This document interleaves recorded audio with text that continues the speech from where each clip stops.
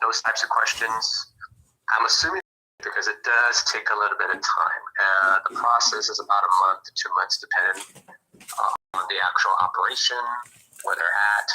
In usually cases, if a childcare program wants to continue or start operating, when they submit their application, we usually ask that pretty much the sender is ready to go. The only thing would be missing is children. You have your inspections, you have your code enforcement inspections, you have the insurance taken care of, or whatever you're going to do. You have the toys, you have equipment, the proper educational materials, the curriculum, everything you're going to use is ready to go. And we are kind of the last hurdle. So that's what I'm assuming that they're talking about, I hope.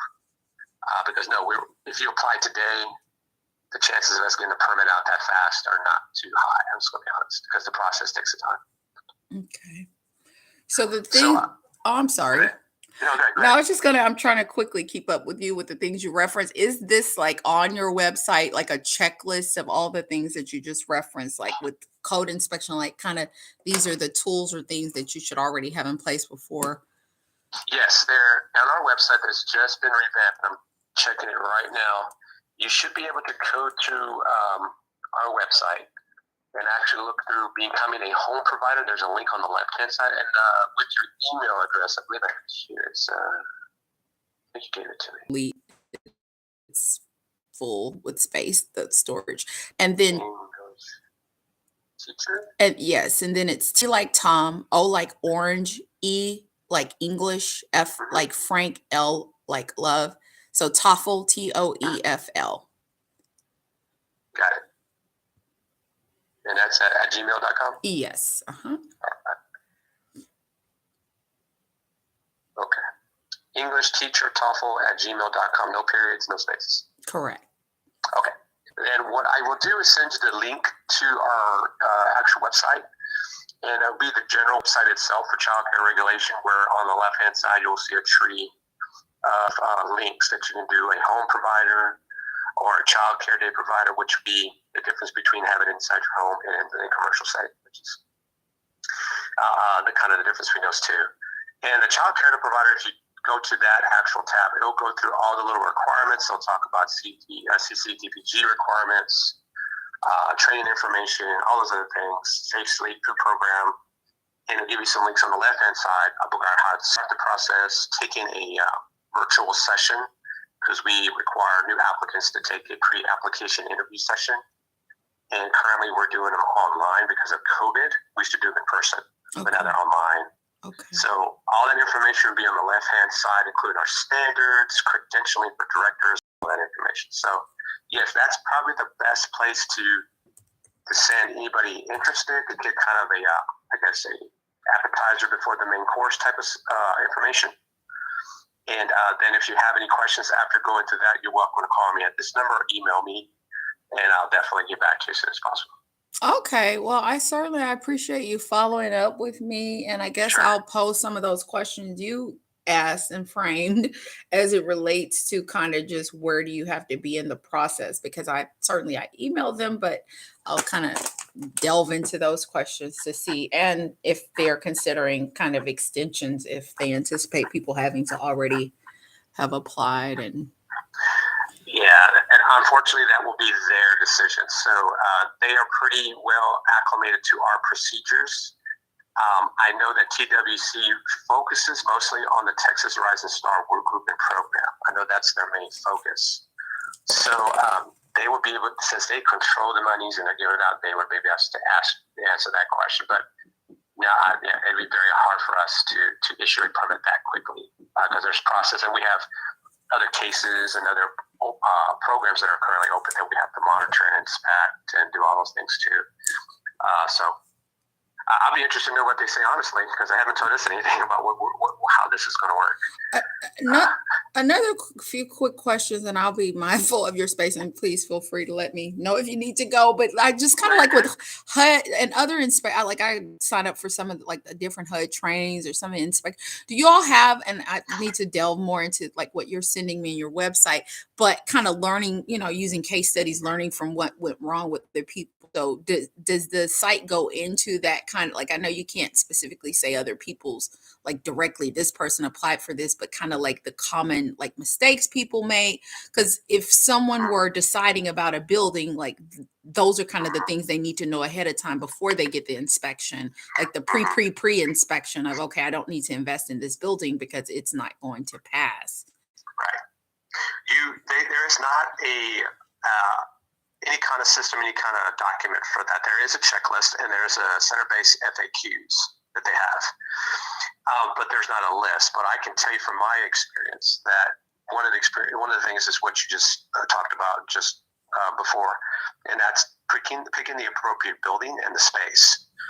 And I've had people sign leases before they even apply, and then they find out they have to do $10,000 or $15,000 of work on the space just to make it compliant with either building code or our standards. So yeah, that is a huge point. The other point I would probably say is depending on your financial stability and financial liabilities. Excuse me a second. I am working at home. Hold on 1 second, Ms. Sims.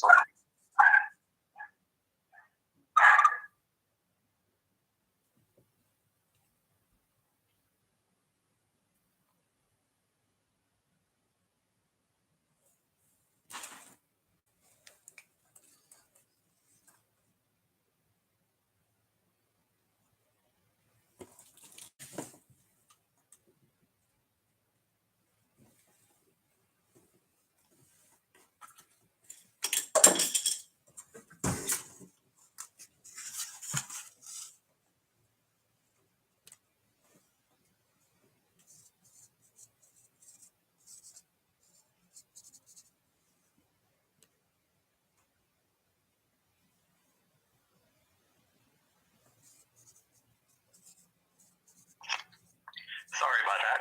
Oh, no worries. Are you still there? Yes, I'm apologize here. for that. Oh, nice. An unexpected visitor that came by, and I'm working at home today. So,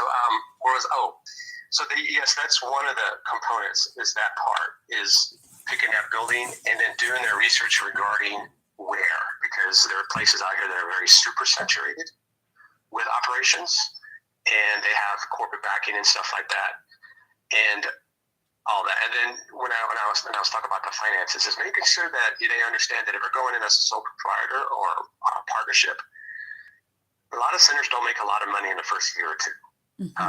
They sometimes operate in the black, the red. I'm sorry, they operate in the red a bit, and it takes a while to build the clientele, to build the staff, to build all those things. And if you have a corporate backing, if you go as a franchisee with kids are kids or Primrose, totally different scenario, and they have a lot more resources.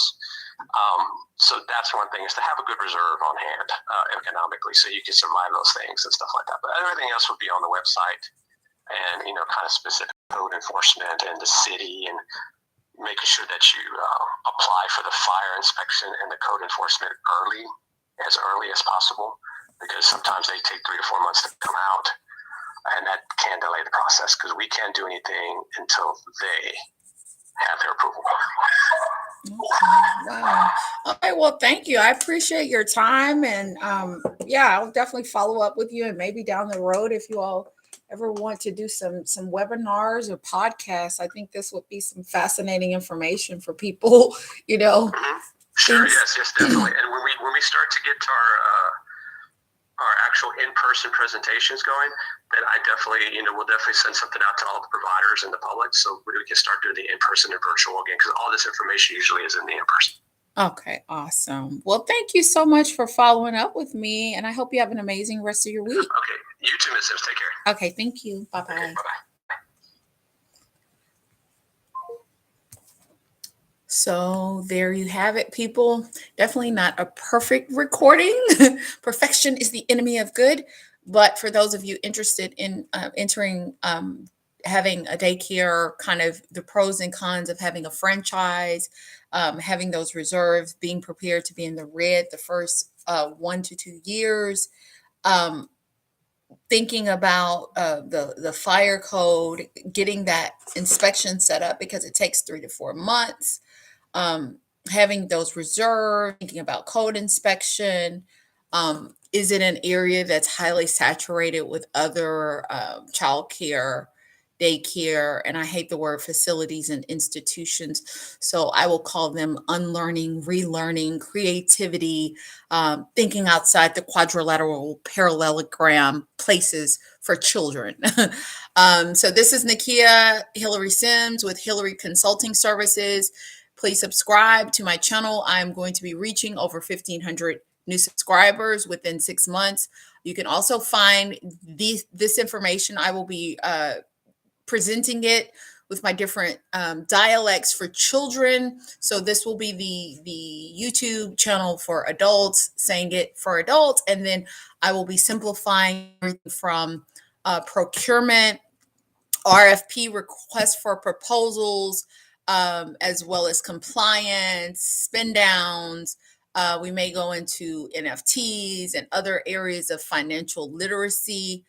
So here will be for adults, and then on teacher Nakia Touring Theater, which will be down below if I can get it together later. Thank you all for joining me. And as always, remember, make time for self-care because you are worth it.